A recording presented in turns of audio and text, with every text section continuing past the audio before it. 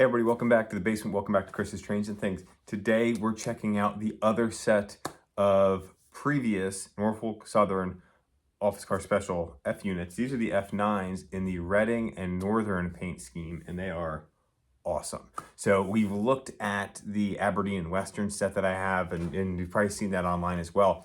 Well, now we've got these ones. Now these are not mine. These are my friend Tony from The Rambles. So if you haven't checked out Tony's channel, The Rambles, check it out. He's got some great videos. He's got a great collection, and he's got a lot more coming out on the way. So tune into Tony. He loaned these to me when he was down a couple weekends ago, and so we got a chance to check them out here, and we're going to run them around the layout. Now, with these today, we have the previous run of Lionel Reading Northern passenger cars, so we're going to run those with these as well. Those are on loan from my buddy John from the Lower Susquehanna Valley Railroader Club.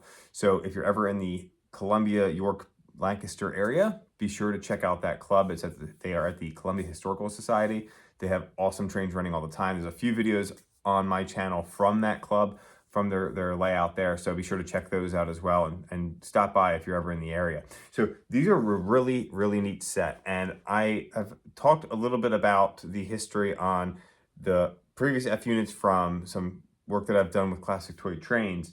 But these were previously owned by Norfolk Southern, and they ran the Office Car Special. You've probably seen a lot of videos of people with their collection of the Office Car Special train. It was an ABBA set of F9 units like you see here, as well as some great Norfolk Southern passenger cars. Now, Norfolk Southern sold those cars a few years ago. They sold 2 to the Aberdeen, Carolina, and Western Railway, and the other 2 went to the Reading and Northern, and they are used today for some passenger service excursions on that railroad, which is also not too far from where I am here. Now, Lionel knocked these out of the park with the paint. They've got great black and a light gray and a flat, like a matte color. They're not glossy.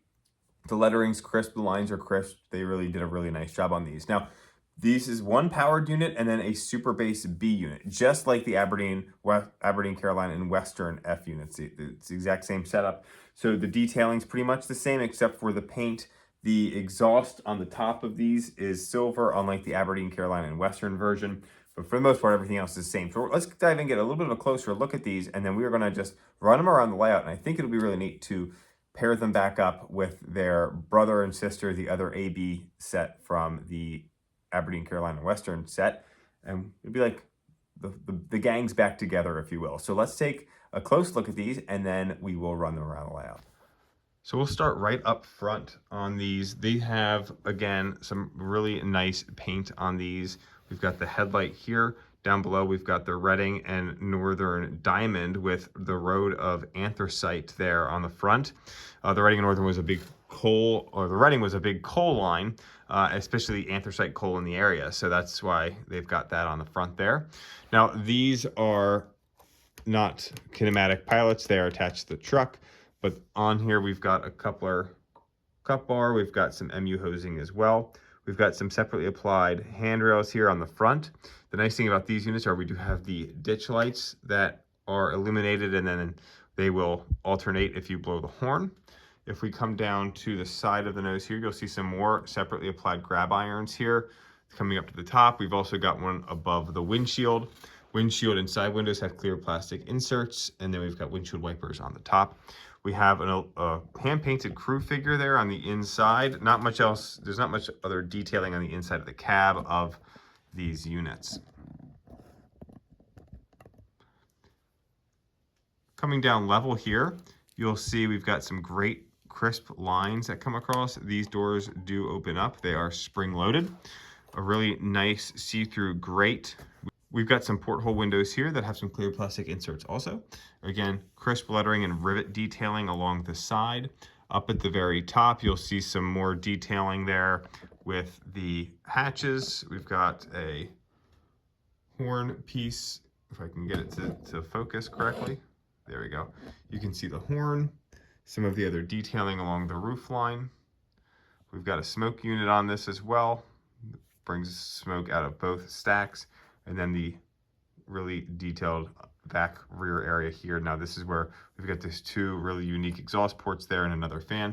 Now this pops off. This piece is held on by a magnet, so it just pops off, and we've got our controls in there for Bluetooth on off, legacy on off. We also have a run program switch, smoke on and off. You can turn the dialogue on and off as well, or the signal on or off.